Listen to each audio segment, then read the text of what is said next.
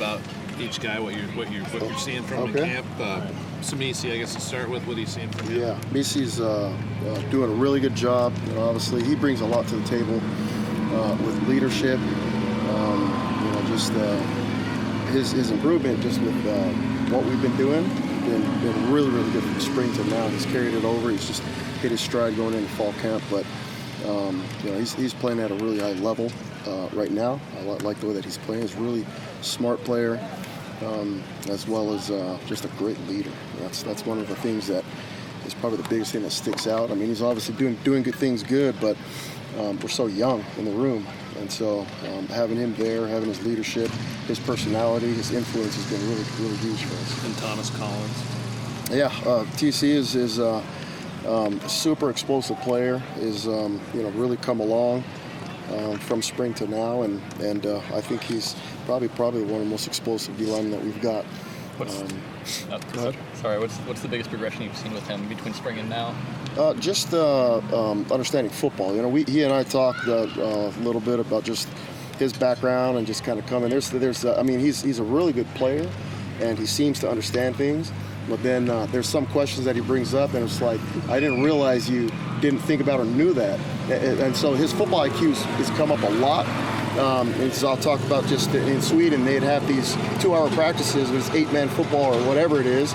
And so he's doing like an hour and a half of individual and then playing ball. And so just the tactical part of playing the game and understanding and seeing him, see nuances and blocks and counters to beat it. I mean, those kinds of things. He's really, really coming along. And Hill, what are you seeing from him? Ty G's doing a good job. He's a solid player. He's plays in a bunch of just different packages that we've got, and so really expecting him to just be a part of the group. And like I said, you guys know the group is young, and so we've got right now we're still kind of just mixing and matching just different guys in different packages, just to see kind of who's doing what and how they're playing.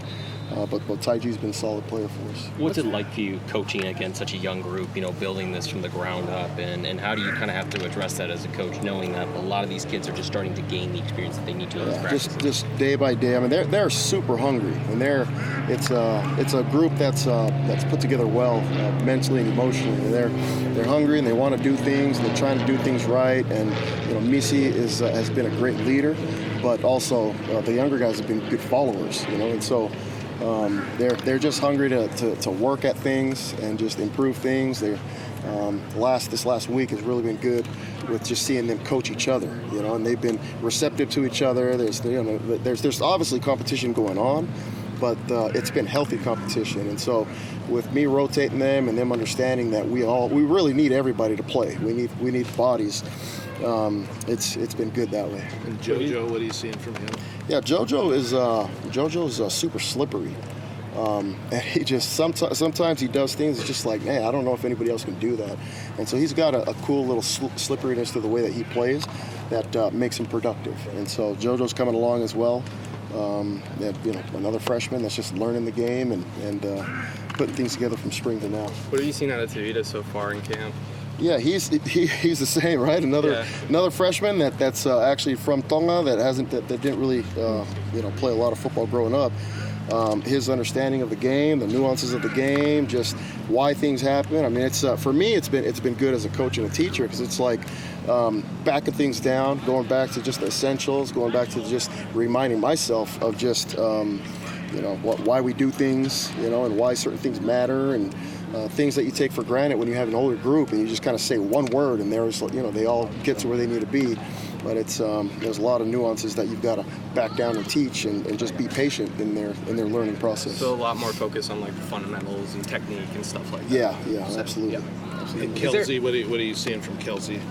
Yeah, Kels is coming. He really just been doing individual this fall until 2 days ago. And we're starting to just kind of feed him 1 rep at a time, 2 reps at a time, and as he's been playing, it's been good so far. And so it's still a lot of really early to kind of see where he's at, but in the plays that he has been in, he's actually been really productive, which has been good. What's the number one skill you're looking to refine on the D-line in these parts of the game? That is a complicated question. Complicated answer? Yeah, how much time do you have? It's there's so many when you're talking about D-line play, right? It's you're asking so many things, right? And so there's again, complicated question, complicated answers. So you're working on takeoff, right? You're working on hands. Then it's like, okay, here's a base block, here's a reach block, here's a double team, here's a scoop block, here's a pass, here's screen. There's so many different reactions that you're asking them to. And so for us, at the point of attack, you don't have much time to react, right? And so as you're coming out of your stance, if you're just standing there waiting to see what type of block it is, now you're doing it wrong. Okay, now you're coming out of your stance. I thought it was this block. I got knocked over. Now that was wrong. You know what I mean? And so there's just fine tuning and tweaking and just learning to understand this. And once I get into the fit, I'm feeling it this way, so I've got to react this way. I want to continue to keep my power, but this guy's going. You know what I mean? It's just. You come in and sit down and we'll talk some film a little bit, and then you'll start really it's hand-to-hand combat, right? It's hand-to-hand combat with an offensive line that is trying to move or influence the defensive line, and we've got to continue to stay powerful and vertical because that's the style of defense that we play, but at the same time being under control and reacting to where we're supposed to be. You know what I mean? Is there a benefit to having such a young group? There's more benefit to having an older group. when you I mean, there's it is what it is. There's a lot of learning to go on. It's nice to get a kind of a clean slate and start throwing paint and trying to fix it as you're going. But it's always nicer just to have guys that kind of In a way, though, you get to sort of really mold your group. It is, but you take tons of lumps. There's a lot of lumps to be taken that we will take this year with the young group, and it's just the way that it is. But when you take those lumps, 2, 3, 4 years now down the road, it really pays off. Just like the D-line last year that was here. I mean, it was a D-line that had all kind of come up together in the same system, and were really good for the last 2 years. Okay, last question. Tavita was a little dinged up at his last school. Does it seem like he's getting to the point where he's kind of getting his body right and can just be out here? Yeah, slowly. Yeah. Slowly. That's every D lineman's always dinged up one way or the other, but he's been practicing. He's been good, and he shows a lot of reps that are just like I'm not going to say it because it's the meter. Really, really good reps. Like that remind me of other D linemen that I've coached in other places. That I'm just like, damn, that looks like this guy. Who in particular kind of coming to mind? So there's a D lineman I coached at Utah named Lowell Lotulele. It's Star Lotulele's little brother. Yeah. And I had him as a freshman, sophomore, and he's just Vita shows a lot like that. And then other times it's like, who is this guy? But that's freshman.